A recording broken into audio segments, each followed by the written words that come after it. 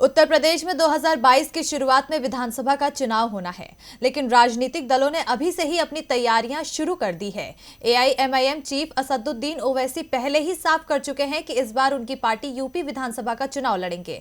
तो क्या है ओवैसी की उत्तर प्रदेश में चुनाव लड़ने की तैयारी, देखिए इस रिपोर्ट में। अभी बिहार विधानसभा का चुनाव हुए 1.5 महीना भी नहीं बीता है कि 4 राज्यों और एक केंद्र शासित प्रदेश के चुनाव की तैयारियां तेज हो गई हैं।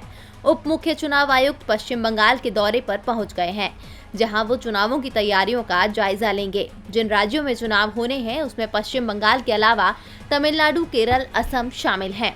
इसके साथ ही केंद्र शासित प्रदेश पुदुचेरी में भी विधानसभा चुनाव होंगे। इन राज्यों में तो राजनीतिक दलों ने अपनी ताकत लगा ही रखी है, लेकिन निगाहें 2022 में होने वाले उत्तर प्रदेश के विधानसभा चुनावों पर भी टिकी हुई हैं।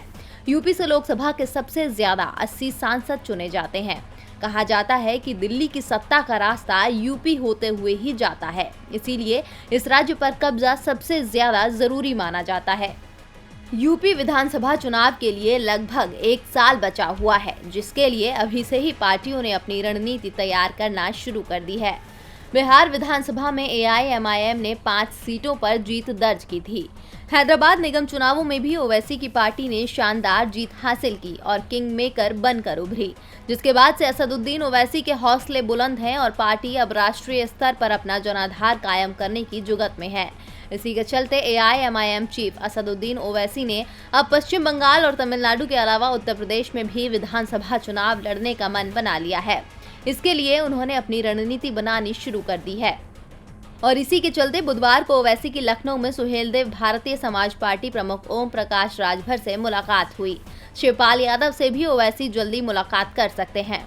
आपको बता दें कि राजभर ने हाल ही में ओबीसी समुदाय के 8 दलों के साथ मिलकर बीजेपी के खिलाफ भागीदारी संकल्प मोर्चा नाम से गठबंधन तैयार किया है।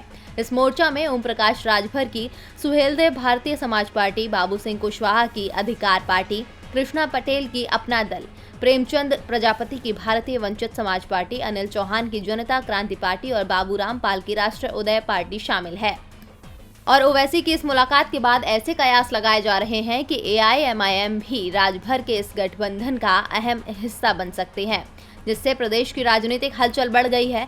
क्योंकि अगर ऐसा हुआ तो एआईएमआईएम के साथ मुस्लिम और ओबीसी की सियासी ताकत शामिल होगी, जिसकी वजह से बाकी की पार्टियों की चिंता बढ़ना तय है।